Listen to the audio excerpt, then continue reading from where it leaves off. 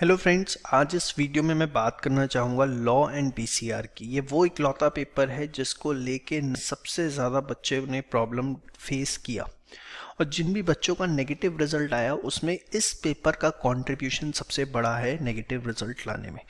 कि law and BCR के paper में ऐसा क्या हो जाता है कि सब कुछ आते जाते वहाँ पर आपके हाथ पांव ठंडे पड़ जाते हैं।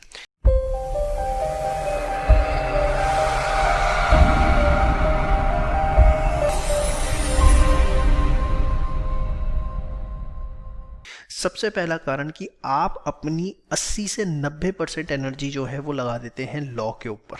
80 से 90% एनर्जी आपकी यहाँ लग रही होती है और आप बीसीआर को देते हैं सिर्फ 10 to 20% एनर्जी।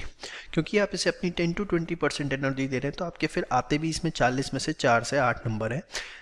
देखिए, बीसीआर एक आपके लिए संजीवनी बूटी है लॉ एंड बीसीआर के पेपर में, जहां आप बड़े आसानी से 40 में से 30 नंबर ला सकते हैं अगर आप उसकी डेली प्रैक्टिस करते हैं। तो आपको लॉ पे जितना फोकस करना है उतना ही फोकस आपको बीसीआर पे करना है। ये आपके लिए बहुत ज़रूरी है।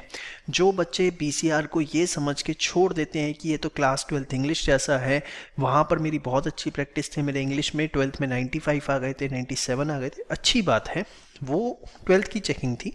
यहाँ पर मैं ये नहीं कहूँगा कि वो चेकिंग बेकार थी, लेकिन यहाँ पर चेकिंग जो है वो थोड़ी सी अच्छे लेवल की होने वाली है। इस चीज़ को आप समझने की कोशिश करें।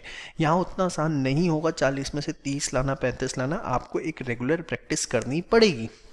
अब प्रैक्टिस किस तरीके से करें, क्या करें, किस तरीके से पढ़ें? देखिए, सबसे पहले मैं आपको बताता हूँ, हमारी 3 revision videos free of cost YouTube पे अवेलेबल हैं, पूरे बीसीआर को रिवाइज करवाती हैं। ठीक है, ये उनके लिए है जिनका बीसीआर इंग्लिश वगैरह थोड़ी स्ट्रांग है, लेकिन मोस्ट ऑफ द केसेस के अंदर बच्चों की इंग्लिश स्ट्रांग नहीं होती है। आपको देखो, बीसीआर को सबसे पहले मान के चलो डेली 1 आवर आपने देना ही देना है, अपनी राइटिंग प्रैक्टिस करनी ही करनी है और आपने रोज फोकस करना है। लाइव क्लास के थ्रू करिए, अपने लेवल पे करिए, रिवीजन वीडियो के थ्रू करिए, लेकिन बीसीआर जो है उसको ज़रूर आपने देखना है।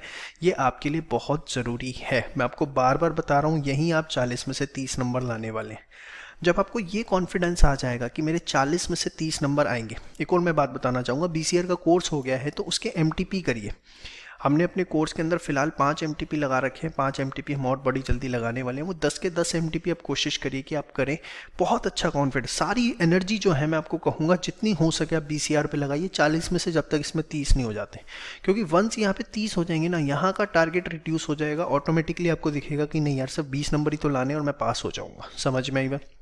अब लॉ के ऊपर मैं बात करना चाहूँगा। देखो, लॉ के अंदर सबसे ज़्यादा बच्चों को दिक्कत आती है एक्सप्रेस करने में। एक्सप्रेस करने में 2 वजह से दिक्कत आती है, या तो वो लर्न नहीं कर पाते हैं या उनको राइटिंग दिक्कत होती है। राइटिंग दिक्कत अगर है तो उसके लिए तो आपके पास इलाज एक ही है कि आप अपनी इंग्लिश को स्ट्रॉन्ग करें और कोई सोल्यूशन नहीं है। लर्निंग एस्पेक्ट के लिए क्या सर?